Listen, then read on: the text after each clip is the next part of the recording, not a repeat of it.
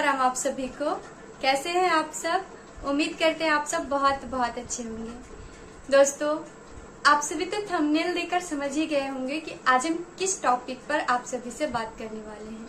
आज का जो टॉपिक है ना, वो बहुत बहुत इम्पोर्टेंट है, क्योंकि आज जो टॉपिक पे हम बात करने वाले हैं उस बात से लगभग 99% भक्त जूझते हैं, चाहे वो महिला हो चाहे पुरुष हो। यहाँ तक कि बहुत सारे भक्त ऐसे हैं जो ऐसे विचार आने से, ऐसे थॉट्स आने से, ऐसे ख्याल आने से घबरा जाते हैं और भक्ति करना छोड़ देते हैं। तो हम आप सभी से यही कहना चाहते हैं कि अगर आपके मन में भी ऐसे गंदे विचार आते हैं, पूजा करते टाइम निगेटिव थॉट्स आते हैं, तो घबराना बिल्कुल भी नहीं है, पूजा बिल्कुल भी नहीं छोड़ना है। आज हम आप सभी को बताएंगे कि ऐसे विचार क्यों आते हैं और इसे हम कैसे दूर कर सकते हैं। तो आप सभी वीडियो में आखिरी तक बने रहिएगा। और हाँ, आपके मन में अगर कोई सवाल हो तो आप हमें कमेंट करके बेझिझक पूछ सकते हैं, क्योंकि हम सभी तो हनुमान भक्त हैं ना। तो अगर हम सभी एक दूसरे से बेझिझक सवाल पूछकर अपना कंफ्यूजन दूर नहीं करेंगे तो हमारे मन में जो डर बैठा हुआ है वो कैसे दूर होगा।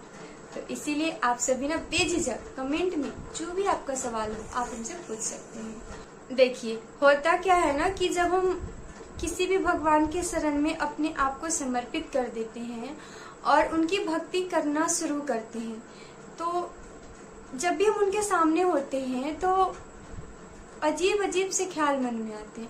यहाँ तक कि भगवान के प्रति गंदे थॉट आ जाते हैं हमारे मन में। अगर हम चालीसा का पाठ करें, चाहे शिव चालीसा, दुर्गा चालीसा या हनुमान चालीसा, कोई भी चालीसा का पाठ कर रहे होते हैं, तो उस समय भी ना अजीब अजीब से नकारात्मक ख्याल आते हैं, अजीब अजीब से गंदे विचार आते हैं। सबके साथ होता है स्टार्टिंग में। तो कुछ लोग घबराकर भक्ति करना छोड़ देते हैं, कुछ लोग बहुत डर जाते हैं। तो इसमें डरना नहीं है, ऐसा इसलिए होता है। देखिए, हम आपको एक एग्जाम्पल के माध्यम से समझा रहे हैं। मान लीजिए हम लोग रोज नहाते हैं, ठीक, सिर्फ बाथरूम में पानी उछल कर आ गए और हम लोग को लगता है कि नहीं, हम लोग बहुत बहुत फ्रेश हो गए हैं। और जब 1-2 सप्ताह हो जाता है और उसके बाद हम साबुन से नहाने जाते हैं तो कितनी सारी गंदगी छूटती है ना, बहुत सारी गंदगी निकलती है। तो हम सोचते हैं यार, हम लोग तो रोज नहा रहे थे, फिर भी ये गंदगी आ कहाँ से रही है। तो वो गंदगी आती कहाँ से है? वो गंदगी जब हम स्पेशल नहाते हैं, बॉडी का ज्यादा केयर करते हैं, तो हम बारीकी से उसका साफ सफाई करते हैं, तो गंदगी निकलती है। उसके बाद हमारा बॉडी पूरी तरह से क्लीन हो जाता है। ठीक उसी प्रकार जब हम नॉर्मली भगवान की भक्ति करते हैं ना, आप रोज उठो नॉर्मली, मतलब एक नहीं होता है कि चलो हाँ पूजा कर ली, अगरबत्ती वगैरह दिखा दिए, उतना अटैचमेंट भगवान से नहीं होता है। उस वक्त आपके साथ ऐसा कुछ भी नहीं होगा, गंदे विचार नहीं आएंगे, गंदे थॉट्स नहीं आएंगे। लेकिन जैसे ही आप किसी भगवान के शरण में अपने आप को समर्पित करते हैं और उनकी विधिवत पूजा करना स्टार्ट करते हैं, उनके चालीसा पाठ करना शुरू करते हैं या फिर उनकी स्पेशल भक्ति करना शुरू करते हैं और पूरी निष्ठा से करते हैं, तब आपके साथ ऐसा घटना घटने लगता है। आपके मन में निगेटिव थॉट्स आने लगते हैं, गलत विचार आने लगते हैं, तो आप क्या करते हैं, घबरा जाते हैं। जब हम किसी भगवान के प्रति अपने आप को पूरी तरह से, पूरी निष्ठा से समर्पण कर देते हैं, उन पर अटूट विश्वास करना प्रारंभ कर देते हैं, तो हमारे मन की जो गंदगी है, हमारे मन में बहुत सालों से, बहुत जन्मों से गंदगी भरा हुआ होता है, वो धीरे धीरे निकलना शुरू हो जाता है। यानी हमारा मन प्योर होने लगता है। इसीलिए हमारे मन में निगेटिव थॉट्स आते हैं, गंदे गंदे विचार आते हैं, तो इससे ना घबराइए बिल्कुल भी नहीं। आपका मन प्योर हो रहा है, प्रभु आपके मन को प्योर कर रहे हैं। जब भगवान का जो पाठ करते हैं हम लोग, भगवान की भक्ति का पावर हमारे अंदर जाता है, यानी भगवान के भक्ति रूपी जो पावर वाला साबुन है वो हमारे अंदर जाता है, तो हम अंदर से प्योर हो जाते हैं। और वो जो गंदगी है ना, निकलता है, तो वही चीज हम सभी को दिखता है। तो हम सभी क्या करते हैं, डर जाते हैं कि नहीं ऐसा हो रहा है, कहीं ये पाप तो नहीं है। तो घबराइए बिल्कुल भी नहीं, ये पाप बिल्कुल भी नहीं है। आपका मन प्योर हो रहा है, और धीरे धीरे आपकी भक्ति और स्ट्रांग हो जाएगी। तो अब सवाल ये उठता है कि इसे कैसे दूर करें, क्योंकि जब ऐसे ऐसे थॉट्स आते हैं ना तो मन अजीब सा बेचैन हो जाता है। आप पूजा करने बैठो ना, अगर ऐसे थॉट्स आ जाए तो फिर पूजा में मन नहीं लगता है। पूजा में मन लगने की जगह आपके मन में डर हो जाता है, होता है ना। स्टार्टिंग में मेरे साथ भी ऐसा होता था, लेकिन प्रभु की कृपा से अभी बहुत बहुत हद तक ठीक है।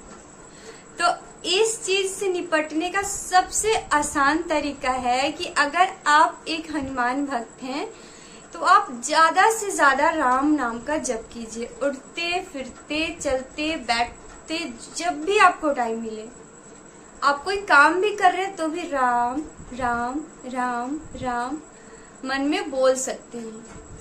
इससे क्या होता है ना कि आपके मन में जो गंदगी भरी हुई है, सबके मन में होता है, सिर्फ एक इंसान के मन में नहीं, सबके मन में होता है, क्योंकि बहुत जन्मों के कर्म का जो बैठा हुआ है अंदर फल, अच्छे बुरे कर्मों का, वो तो जो बुरे कर्म का फल है उससे तो निकलना ही है ना, वो तो अपना इफेक्ट दिखाएगा ही। तो सबके मन में होता है, ऐसा नहीं है कि सिर्फ आप लोग के मन में है, हमारे मन में भी है, सबके मन में होता है। लेकिन जब हम नाम जप करते हैं तो नाम जप है ना, वो हमारे बॉडी के साथ साथ हमारे मन बुद्धि चित्त सबको प्योर करता है। तो आप ज्यादा से ज्यादा नाम जप करें और घबराए बिल्कुल भी नहीं कि अगर हम भगवान जी के सामने बैठे हैं, चालीसा का पाठ कर रहे हैं, तो ऐसे थॉट्स आ रहे तो भगवान जी नाराज होंगे। भगवान जी कभी अपने भक्तों से नाराज नहीं होते, कभी भी नहीं। भगवान क्या करते हैं कि अपने भक्त को सुधार कर सही राह दिखाकर अपने शरण में ले लेते हैं, लेकिन भगवान नाराज नहीं होते अपने भक्तों से। तो आप सभी ना डरिए बिल्कुल भी नहीं, अपने मन में सिर्फ प्रभु के लिए प्यार समर्पण विश्वास रखिए, डर नहीं, क्योंकि डर से तो भक्ति होती ही नहीं है। हाँ, एक चीज आप लोग को बता दें कि आप लोग अपना कर्म सही रखिएगा, कौन क्या कर रहा है नहीं कर रहा है इस पे ध्यान मत दीजिए, अपना कर्म प्योर रखिए, आपके वजह से किसी को कोई भी तकलीफ ना हो, इस बात का विशेष ख्याल रखिए। तो देखिए सब कुछ अच्छा होगा। तो आप लोग ऐसे थॉट से घबराइएगा मत, डरिएगा मत, अपनी भक्ति जारी रखिएगा, चालीसा का पाठ करते रहिएगा, सुंदरकांड का पाठ कीजिएगा, जो भी पाठ आपको अच्छा लगता है वो करते रहिएगा और ज्यादा से ज्यादा नाम जप कीजिएगा, तो सब बढ़िया बढ़िया होगा।